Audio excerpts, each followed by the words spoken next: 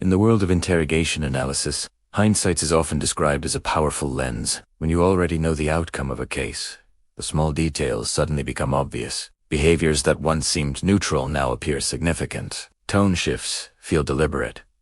Pauses feel meaningful. Movements feel calculated. Hindsight simplifies chaos.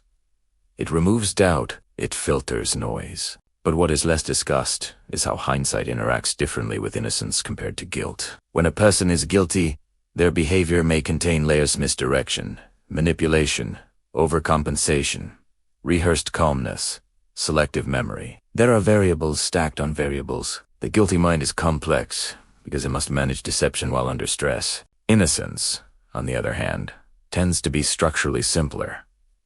That does not mean innocent individuals are always calm. Far from Italiano. Trauma, shock, and fear can produce unpredictable reactions. But when you remove intentional deception from the equation, behavior becomes more direct, more transparent, less strategically constructed. Of course, human beings are not machines. Every individual reacts differently to pressure. Some freeze. Some become emotional. Some become defensive.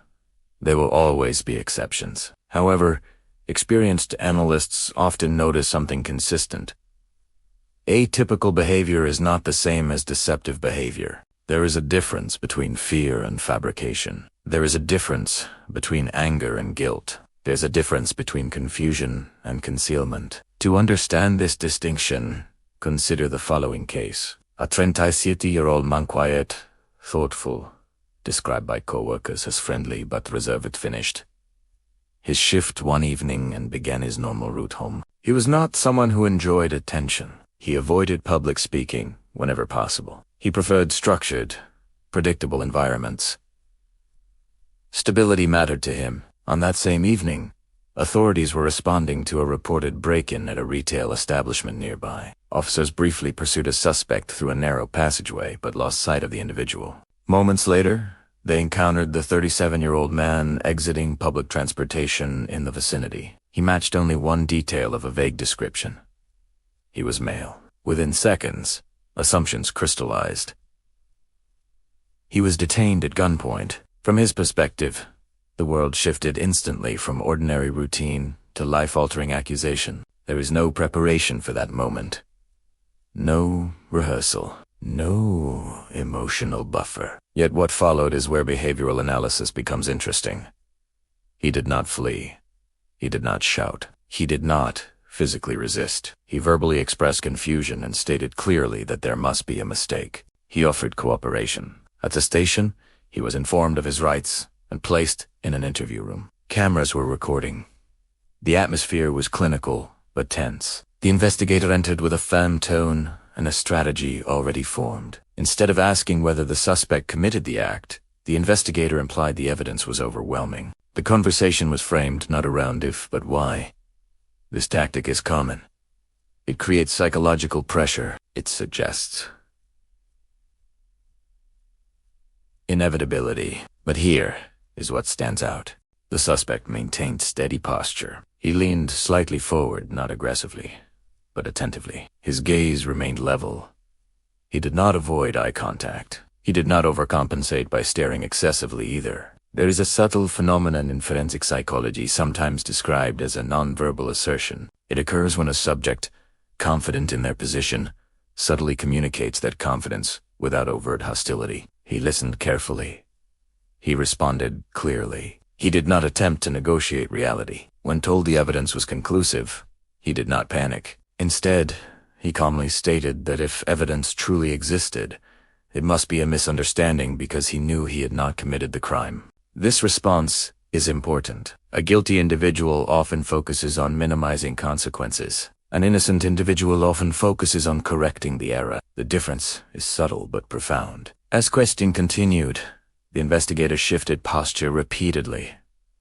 There were small signs of impatience, small signs of discomfort. Meanwhile, the suspect remained remarkably tolerant of the situation. This tolerance is unusual. Many innocent people show visible frustration quickly, but his personality, naturally reserved and controlled, likely influenced his demeanor. Personality matters. Baseline behavior matters. For nearly an hour, he answered every question. Provided timeline, explained his route home, offered potential witnesses without being prompted repeatedly. He did not embellish. He did not speculate wildly. He did not attempt to fill silence unnecessarily. Eventually, he was informed that he would be formally charged pending further review. For the first time, fear visibly surfaced in his eyes. Not anger, not hostility. Fear. He asked practical questions. Would he be able to call work? What would happen next? How long would he be held? These are future-oriented concerns. They reflect someone thinking about consequences that should not exist, not someone calculating damage control for a crime committed. He was placed in temporary custody. Days later, surveillance footage and witness statements clarified the situation. The timeline he described matched external evidence precisely. Another individual was identified. He was released. The case could have ended there. But it raises a critical question. How do we distinguish between calm innocence and controlled deception? To explore that further, we must examine a contrasting example. In stark contrast, consider a younger man, 26 years old, who faced a similar accusation. He was at home when authorities arrived, claiming a break-in, theft, and assault. Unlike the previous example, he had no warning, no preparation, and no understanding of why this would happen to him. From the very beginning, his perception of reality was challenged. His innocence was unquestionable in his own mind. Yet every interaction with law enforcement conveyed suspicion and potential threat. The investigators, experienced in eliciting confessions, employed a staggered revelation technique. Instead of revealing all allegations at once, charges were disclosed in stages. First the burglary, then the assault. The idea was simple yet psychologically manipulative. Presenting accusations incrementally increases pressure and encourages spontaneous reactions. When the accuser was referenced, naming alleged witnesses and describing supposed observations, the young man's immediate reaction was defensive, assertive, yet clearly rooted in truth. He corrected the record repeatedly. He named alibis. He clarified movements. He highlighted inconsistencies. Unlike the older suspect, his emotional response was more intense. Fear, agitation, frustration, each was visible, but never aggressive toward the investigators. Instead, it was a defensive assertiveness. His body language mirrored his internal state. Upright posture, leaning forward in bursts, hands gesturing to emphasize points, voice rising and falling naturally with emotional stress. Psychologists often describe this as a stress-accuracy alignment. When innocence is genuine, heightened stress amplifies truthful behavior rather than masking it. He refused to speculate. He refused to fabricate. A cooled not because there was no fabricated narrative to manage. Every defensive action stemmed from his knowledge of reality, not strategy. During questioning, the officers attempted to introduce fabricated possibilities of claims, of supposed evidence or inconsistencies. Each time, he responded logically, almost mechanically, correcting misinformation with a calm insistence. Yet, the emotional strain was apparent. This pattern is key. While innocent subjects may appear reactive or emotional, their reactions follow a coherent logic. There is no contradiction between claim and behavior. Every assertion reinforces truth. Contrast that with deceptive subjects. Guilt creates complexity. The guilty individual must construct explanations, manage facial expressions, modulate tone, and remember prior statements. Stress often introduces cracks. Microexpressions, unconscious gestures, or slight inconsistencies emerge. The innocent, by contrast, acts naturally, though sometimes nervously. In this young man's case, the stress manifested as a combination of frustration and urgency. "I didn't do it," he said repeatedly, emphasizing points with gestures, raising his voice slightly when interrupted, pausing deliberately to convey truth. Investigators noted patterns. Vocal emphasis aligned with factual statements. Posture shifts corresponded to moments of emotional intensity. Eye contact, though intense at moments, was grounded and not manipulative. When confronted with the suggestion that a witness identified him, he quickly cross-referenced facts he knew. Times, locations, and people present. He challenged assumptions politely but firmly, providing concrete evidence where possible. This reaction contrasts sharply with guilty individuals who tend to deflect, evade, or overcompensate. In real-world interrogation studies, innocence often produces a paradoxical intensity, emotional yet rational, defensive yet cooperative. Days passed. The legal system slowly confirmed the young man's assertions. Surveillance and third-party verification aligned perfectly with his timeline. Witness testimony was scrutinized and found unreliable. Finally, after over 2 years of potential imprisonment hanging over him, he was exonerated. What do these cases reveal about human psychology? First, innocence under stress produces observable patterns. Calmness, tolerance, and rational persistence are one type of reaction. Intense defensive assertiveness under repeated pressure is another. Both are distinct from guilt-driven deception. Second, manipulation during interrogation can amplify natural responses. Investigators must carefully observe micro-behaviors, vocal emphasis, posture, and logical consistency. Patterns emerge that are invisible without close observation and trained insight. Third, context is critical. Trauma, prior experiences, and personality influence reactions. Some individuals appear unusually calm, others unusually reactive. Analysts must avoid overgeneralization while identifying statistically significant trends. Moreover, these cases emphasize the profound consequences of misidentification. Wrongful accusation, if unchecked, causes psychological trauma that can persist long after exoneration. Stress, fear, and societal judgment imprint deeply. Innocence does not inoculate one against suffering it, only shapes how behavior manifests during interrogation. For content creators focusing on these stories, there is a clear lesson. Human psychology, when illustrated through true events, resonates deeply with audiences. Emotional stakes, injustice, and resilience drive engagement. The viewers are drawn not only to the factual narrative, but to the psychological tension, the minute details, and the authentic human responses. Consider how the public reacts.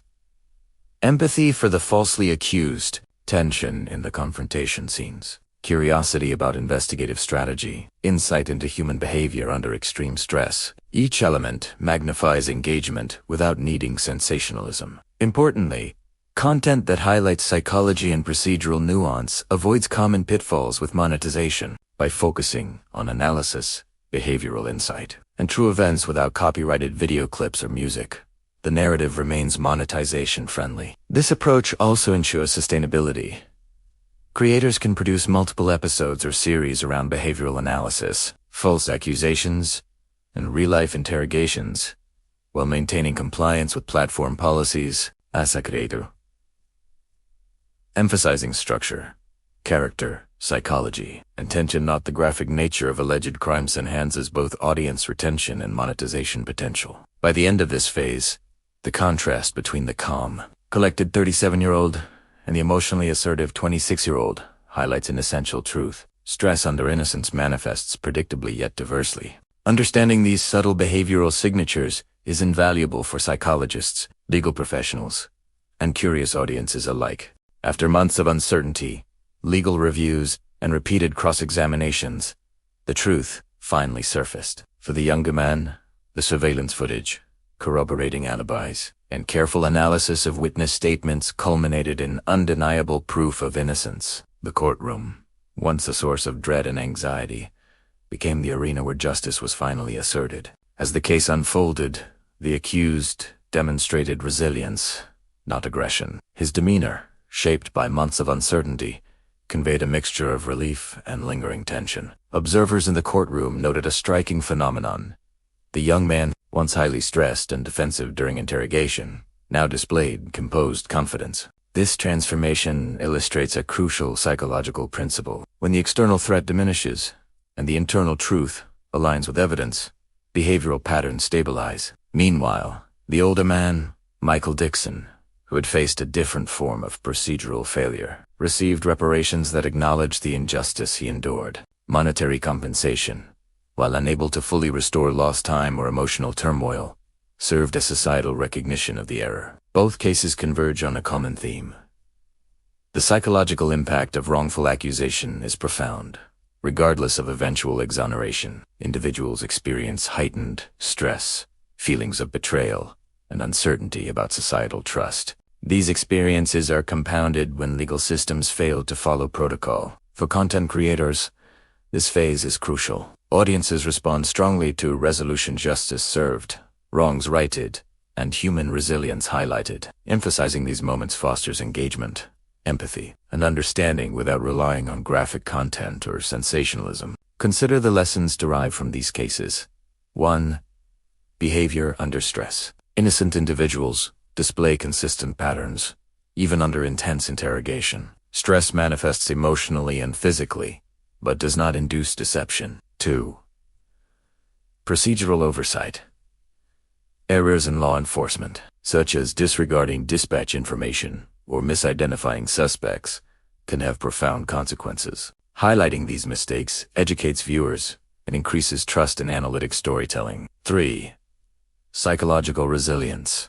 Both Michael and the younger man exhibited unique coping strategies. Calm, assertiveness, measured responses, and logical defense mechanisms illustrate human adaptability. 4. Societal accountability. Reparations, demotions of investigators, and civil trials demonstrate that systems must be held accountable, reinforcing moral and ethical standards. The courtroom itself becomes a microcosm for human behavior. Microexpressions, verbal emphasis, and body language reveal truth in subtle ways. Observers trained in psychology can detect inconsistencies, assess credibility, and recognize authentic emotion. From a storytelling perspective, these elements are powerful. Detailed narration of posture, tone, hesitation, and vocal inflection engages audiences deeply. Cinematic adaptations can employ reenactments, visualizations of nonverbal cues, and voiceover analysis to create compelling, informative content. Additionally, focusing on procedural and psychological analysis maintains monetization safety. Platforms favor content that informs, educates, and respects community standards. By avoiding copyrighted material, graphic depictions, or sensationalized crime, creators can sustain revenue streams while building a dedicated audience. Finally, consider the aftermath for the individuals involved. Michael Dixon, having received $46,000 in punitive damages, returned to his life with a renewed understanding of human systems, both fallible and accountable. His experience underscores the necessity of self-resilience and emotional regulation when confronting injustice. The younger man, having endured over 2 years of potential imprisonment, demonstrated remarkable fortitude. His story highlights how psychological insights, understanding one's own reactions, maintaining composure, and articulating truth can navigate extreme adversity. Psychologists studying these cases emphasize innocence, while morally clear, does not immunize individuals from the effects of accusation. Stress, social judgment, and systemic error create lasting psychological imprints. Proper support, legal counsel, and analytical evaluation are essential for recovery. For your channel, the key takeaway is clear. Combining true crime analysis, psychological insight, and educational storytelling creates content that is engaging. Audiences connect emotionally to real-life struggles. Educational, psychological principles are illustrated clearly. Safe for monetization. No copyrighted content or graphic sensationalism required. Scalable, multiple stories, analytical frameworks, and episodic structure allow consistent uploads. In conclusion, both cases, though different in age, context, and response, demonstrate the critical importance of understanding human behavior under stress, the consequences of procedural errors, and the resilience of the human mind when confronted with adversity. The emotional arc, from accusation to exoneration, provides natural narrative tension and resolution, ideal for a cinematic YouTube series. Voiceover can emphasize internal thoughts, nonverbal cues, and psychological reasoning, engaging viewers without violating copyright. The final reflection. Justice is more than outcome. It is process, perception, and insight.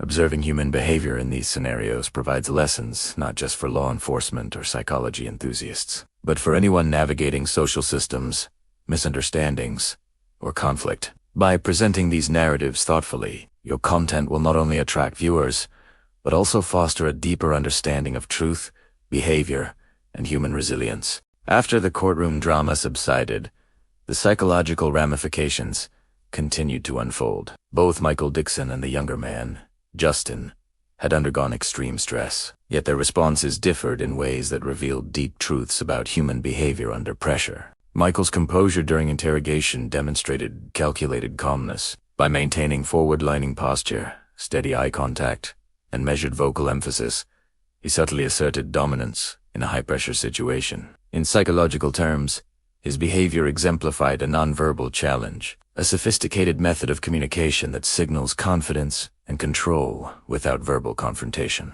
Justin, on the other hand, displayed a more animated defensive posture, reacting with intensity and heightened vocal emphasis. His behavior illustrated the natural human tendency to defend oneself assertively when facing overwhelming injustice, especially when potential punishment is severe. The contrast between Michael's resilience and Justin's defensive aggression provides a compelling case study in human psychology. How personality, past experience, and situational awareness influence reactions to perceived threats. The cases also highlight the role of procedural errors in shaping outcomes. For Michael, being misidentified despite clear discrepancies in physical description shows how small oversights can drastically impact an individual's life. For Justin, delayed explanation of charges exacerbated stress, underscoring the importance of timely, transparent communication in law enforcement. These lessons are essential for viewers interested in psychology, criminal justice, or human behavior. The stories are ideal for cinematic educational videos, emphasizing psychological principles, procedural insights, and emotional reactions. Psychologists emphasize the importance of understanding human behavior in these contexts. Observing innocent versus guilty responses provides insight into cognition, emotion, and stress management. The predictable patterns of innocent individuals contrast sharply with the deceptive patterns seen in guilty suspects. The final outcomes for both men reinforce critical themes: justice and resolution, psychological growth, and societal lessons. Both were exonerated, demonstrating that persistence and careful evidence evaluation can restore fairness. Surviving wrongful accusation builds mental resilience and emotional intelligence. The demotion of investigators in civil trials illustrate accountability. For YouTube, these lessons create educational, high-retention content. Viewers are drawn to authentic narratives of injustice, analytical breakdowns of behavior, and emotional journeys. The stories can be episodic, encouraging repeat viewers and engagement. The narrative also provides unique angles for content differentiation. By incorporating nonverbal analyses, cognitive biases, and emotional intelligence, your channel can blend true crime with psychology, education, appealing to a sophisticated audience. The stories underscore the importance of ethical storytelling. By focusing on human psychology and procedural analysis, your content remains monetization safe while retaining viewer engagement, avoiding sensationalism and copyrighted material. In conclusion, Michael Dixon and Justin's experiences provide a rich template for content creation. Start with the arrest. Examine interrogation and psychological responses. Highlight the resolution and lessons learned, and emphasize behavioral insights. Finally, the overarching lesson resonates beyond criminal cases. Understanding human behavior, maintaining emotional resilience, and applying critical thinking can help anyone navigate high-stress situations. Your channel, by emphasizing these principles, appeals to a broad audience interested in psychology, philosophy, and personal growth.